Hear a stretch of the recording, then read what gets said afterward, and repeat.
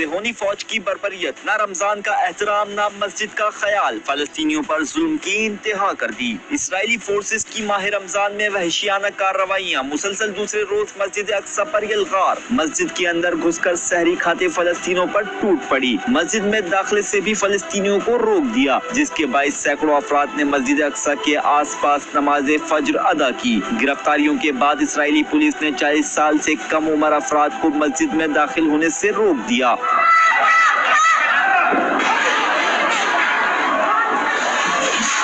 اس وقت بھی پورے بیت المقدس میں بھاری نفری تعینات ہے، جو نمازیوں کو مساجد جاتے وقت شناخت کے نام پر ہراساں کر رہے ہیں۔ عالمی برادری کی اسرائیلی کارروائیوں کی شدید مذمت۔ اقوام متحدہ کی سلامتی کونسل نے مسجد اقصی کے معاملے پر ایک ہنگامی اجلاس بھی طلب کیا ہے۔ خبر ایجنسی کے مطابق سلامتی کونسل نے متحدہ عرب امارات اور چین کی درخواست پر یہ اجلاس طلب کیا ہے۔ امریکہ سمیت عالمی رہنماؤں اور اداروں نے کڑی تنقید کرتے ہوئے اسرائیلی حکومت سے مذہبی آزادی کو یقینی بنانے کا مطالبہ کیا ہے۔ سعودی عرب سمیت اسلامی ممالک نے بھی اسرائیلی پولیس کی شدید الفاظ میں مذمت کی ہے۔ کینیڈین وزیر اعظم جسٹن ٹروڈو نے ایک بیان میں اسرائیل کی پرتشدد کارروائی پر تنقید کرتے ہوئے کہا کہ مسجد اقصی کے ارد گرد ہونے والے تشدد پر بھی تشویش ہے۔ جسٹس ٹروڈو کا کہنا تھا کہ اسرائیلی حکومت کو اپنے نقطۂ نظر میں تبدیلی کی ضرورت ہے۔ اسرائیلی حکومت کی اشتعال انگیز بیان بازی اور اس معاملے پر اپنائی سمیت پر بھی گہری تشویش ہے۔ ترکیہ میں ترک بھائیوں کا اسرائیل کے خلاف احتجاج، جبکہ فلسطین کی حمایت میں پرزور مظاہرہ۔ بیت المقدس میں گریک آرتھوڈوکس کے سربراہ آرچ بشپ عطا اللہ بنا نے فلسطینی عبادت گزاروں پر اسرائیلی حملوں کو عیسائیوں پر حملے کے مترادف قرار دیا۔